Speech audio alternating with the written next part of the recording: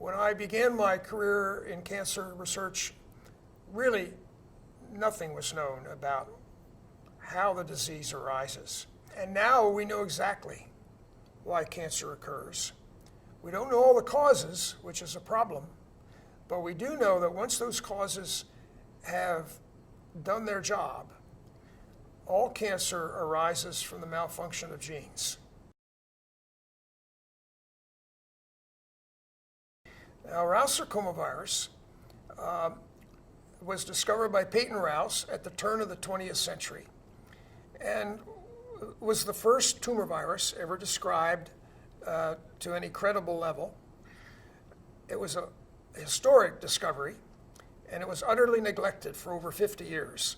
He took a tumor, lysed the cells, put it through a filter to take out any living cells, put that lysate, or filtrate as we called it, into chickens, and they would get the same tumor.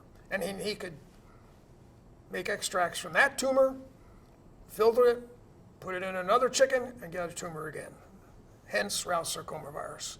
And did it bother me that it was a chicken virus? Not at all. I was a great believer in what we call the universality of nature. And if I could find out anything about cancer in a chicken, I knew it would apply to humans.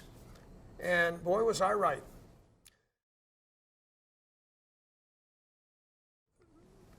There was something in the DNA of normal avian cells that was homologous to the oncogene, the cancer gene of Roussarcoma virus. And we called it cell Sark for the sake of the argument.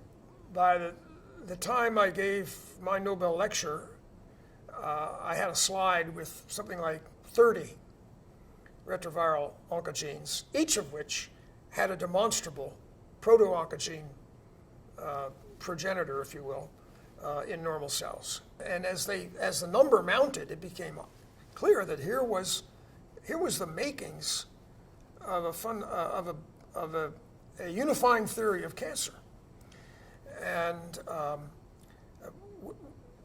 we were cautious about how we stated that publicly at first, but by the early 80s, I was using that term, a unifying theory of how all cancers come about. It was a gradually building thrill to realize that we had the cancer cell by the neck in terms of understanding it, not in terms of throttling it, but in terms of understanding it.